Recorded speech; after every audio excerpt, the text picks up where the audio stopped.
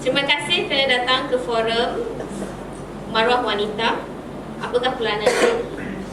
Okey, mungkin kita berada di sini atas sebab-sebab yang berbeza, tapi saya harap kita dapat menjanakan sebuah diskusi yang baik. Lebih-lebih lagi apabila kita bercakap tentang sesuatu yang mungkin agak sensitif. Sebab ada banyak sebab, tapi antara sebab lain adalah topik ini mungkin ada kaitan dengan trauma yang dilalui wanita, especially dalam pengalaman mereka menjalani kehidupan mereka dengan macam mana? Ada satu ketakutan disebabkan oleh apa yang kita fahami tentang maruah wanita ini. Jadi mungkin kita akan discuss benda ni dengan lebih lanjut. Okey, so konteks kepada forum ini pada malam ini. Baru-baru ini ada ugutan terhadap keselamatan wanita ketika feminisme yang mengatakan perempuan harus berpakaian dengan betul. Apa yang dimaksudkan dengan pakaian yang betul ni, ini kita faham lah kan. Lepas tu pada waktu yang sama, pada minggu yang sama, ada tweet yang jadi viral yang ugut nak bakar rambut wanita yang tak pakai tudung, sebab ini baru api dunia, bukan api neraka. So, ugutan-ugutan seperti ini menjadi satu ancaman kepada keselamatan wanita itu sendiri. Kerana apa? So, pada saya, masa saya fikirkan tentang forum ini, apa root cause dia? Apa sebenarnya dia punya asas pemahaman kita tentang wanita sampai kita boleh ugut keselamatan mereka tanpa rasa bersalah, seolah-olah macam benda tu normal. Benda tu normal sekali untuk buat macam ni pada wanita kan.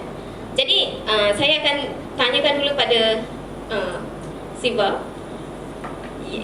Pada Siva, apakah asas-asas ataupun perkara-perkara yang root yang menjurus ke arah keganasan terhadap wanita, dan juga apakah dalam skop kerja Siva sendiri bagaimana kita menangani isu-isu sebegini.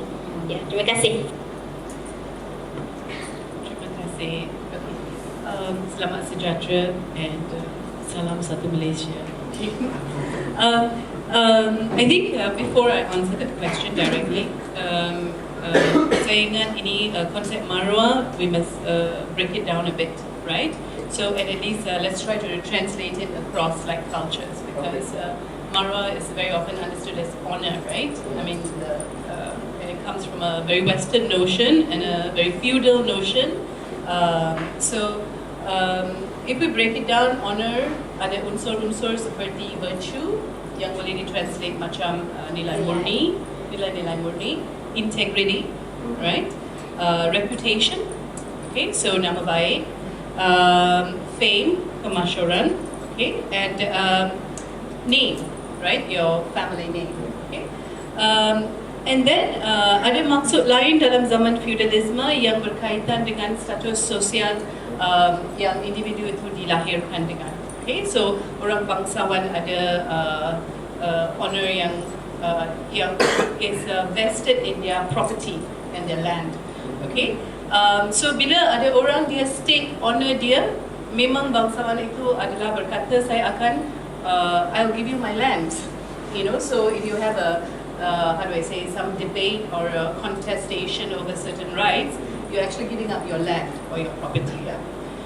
And then there is of course, bila dikaitkan dengan sexuality, maruah itu dikaitkan dengan perkataan seperti chastity, okay, or kesucian, okay, virginity, keperawanan, and dalam in marriage, fidelity or kesetiaan, okay, because the ideal of course is a monogamous heterosexual union, okay, so that's the difference, okay. So, yang menarik untuk kita menilai ialah untuk maruah wanita sendiri, itu hanya berkaitan dengan sexuality. So, there is no concept of maruah wanita is about my honor of my word, my ability to deliver, my integrity of person, what kind of works do I do, what ethics I may hold. Semua ini tidak dikaitkan dengan maruah wanita. So, ni with sexuality wanita. Okay? And then I think that the second concept is maruah lelaki, maruah keluarga, maruah puak, maruah community, right?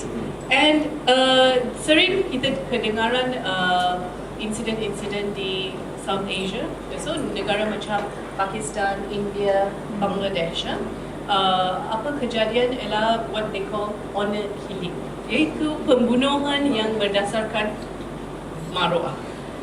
And selalu kaitan pembunuhan maruah. Okay, if pembunuhan can be bermaruah. Okay, so there's another whole lot of like interrogation of language that we need to do, but is about love affairs of people between different tribes. Okay, or kawin lari. Okay, and now I need to wear my glasses. Wait, and honor killing another episode. Okay, so property theft.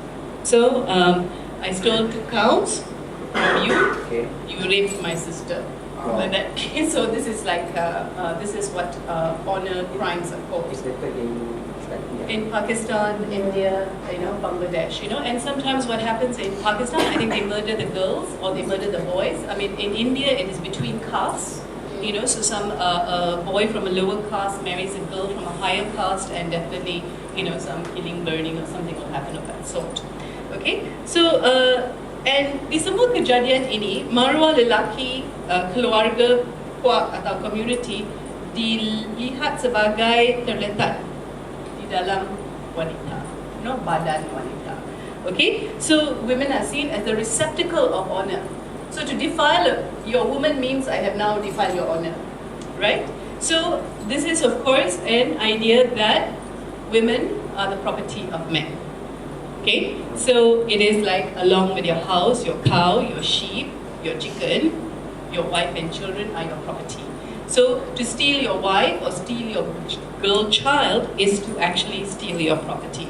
So a lot of these offenses based on maruah is based on this concept of taking away something that belongs to you rightly. So is this fair? Okay, adakah ini adil? And also then honor is no longer seen about men's behavior. It's not whether men behave in a gentlemanly manner. I mean, like, remember the days when the movies show us that, Prince Arthur and Knights of the Round Table, where go and fight for some lady's handkerchief, that was also a concept of honor, right? But, so men no longer have to behave with integrity in gentlemanly manners.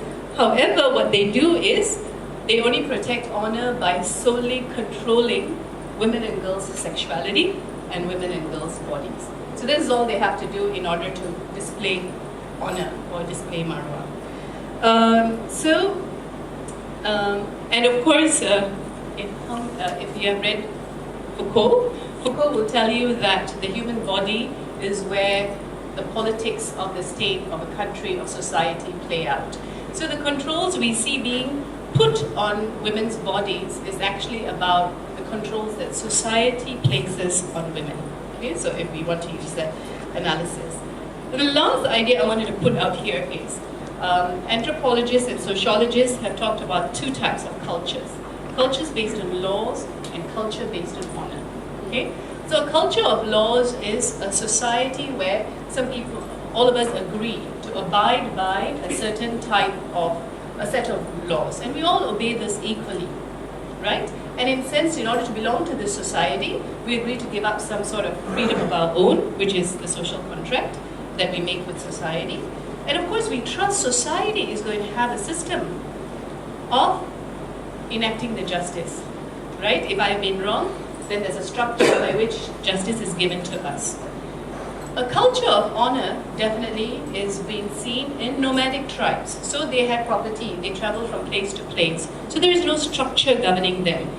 So today I'm with this set of 10 people, the next day I'm with, 3 of us are there, but it could be another 7 different people because they've traveled from place to place. And hence, you have to actually have protection over your property, right? Your cows, everything that traveled with you. And so you had to display that you were in control of your property because you were very often threatened by outside threats, right? So they said, it was very interesting, they said was about revenge and how swiftly you could execute this revenge. So it's not like, you sitting and plotting for 10 years, the fellow's downfall. Immediately you have to go and chop it, right? So this is a very culture of honor. So when we see about this, so we see mingling of so many different factors, right? Property rights, okay, feudal rights. Why does this come out in our society, which we, as Malaysia, puts itself out to the rest of the world, and in the Human Development Report of the United Nations, you do know we are becoming a high-income country, a developed country, right? So we should have this system of laws, right, that we are all obeying. There would be no need for us to go back to such structures in order to enact revenge and retribution, right? So, I feel that this is because perhaps we are not actually, as a society, moving towards that. We actually have gone towards a society of where we are actually quack, and maybe we need to tie it back to maybe racial polarization that has taken place. And so there are some segments of men who think that, we need to control women, we need to control women's bodies because it is already the Maruah not of the individual but of the quack or the community. That's one. And the best way to do it is to threaten them with violence. Right? So, let's...